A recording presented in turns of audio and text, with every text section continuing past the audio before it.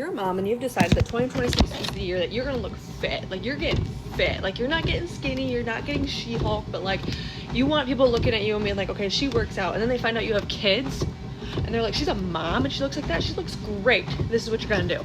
Number one, you need to strength train. You can do your walks are great, keep those in, get your steps in, but 10,000 steps is not gonna get you a nice toned body. You need to lift some weights and lift weights with intention, following a strength training program.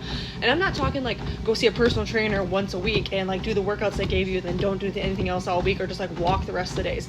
No, you need to follow a plan that's laid out 3 to 4 days per week. It's a progressive strength training program that you follow for at least 4 to 6 weeks straight before you change anything. Pair that with some deep core work so that we're getting the full body picture here. We're not just doing crunches, we're doing actual deep core work because we're a mom. I don't care if your baby's 3 weeks old or 3 years or 13 years. You need to be doing some deep core paired with your strength training. If you're working out 3 days per week, I would just do 3 days of full body. If you're working out 4 days per week, I would do an upper body, a lower body, and 2 full bodies. Number 2, most important, that is very overlooked, is getting your nutrition on point. And I'm not talking about eating clean. If we could just take the words eating clean out of your vocabulary, just erase it right now because it ain't doing shit. The only 2 things you need to focus on are your calories and your protein, okay? We can just ignore the fats and carbs.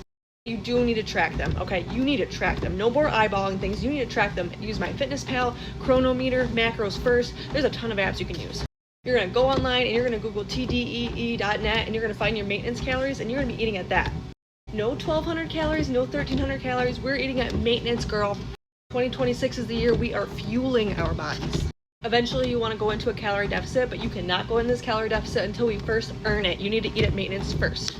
Once you've been eating at that maintenance calories for a solid 6 to 8 weeks minimum, consistently, that means not just one day out of those 6 to 8 weeks, like minimum 6 to 8 weeks total consistently, then we can go into a calorie deficit and start dropping by 100 calories, 200 calories per day. Let me be clear, if that is not in lock, you cannot get out of this. You cannot get out of getting your nutrition in lock just because you work out in a gym or at home. Number 3, which is probably the most important thing, is you're setting a new standard for yourself. You have standards now for your health and your personal growth. There is no, this was good enough today. No, if your goal was 8,000 steps today, you get those 8,000 steps. I don't care if it's at 5 a.m. or 9 p.m. If your goal was to get in 2 workouts this week, you get in those 2 workouts this week. You figure it out, you make it work. We are all busy. Someone out there is busier than you, okay? You got to figure out a way to make it work. When you have your job and things kind of suck sometimes, it's not always rainbows and sunshine. Like there's things about your job that you just don't like, but you do them anyways because you have to. You need to start treating your personal growth and your health journey the same way. Lock those in, and 2026 is your year.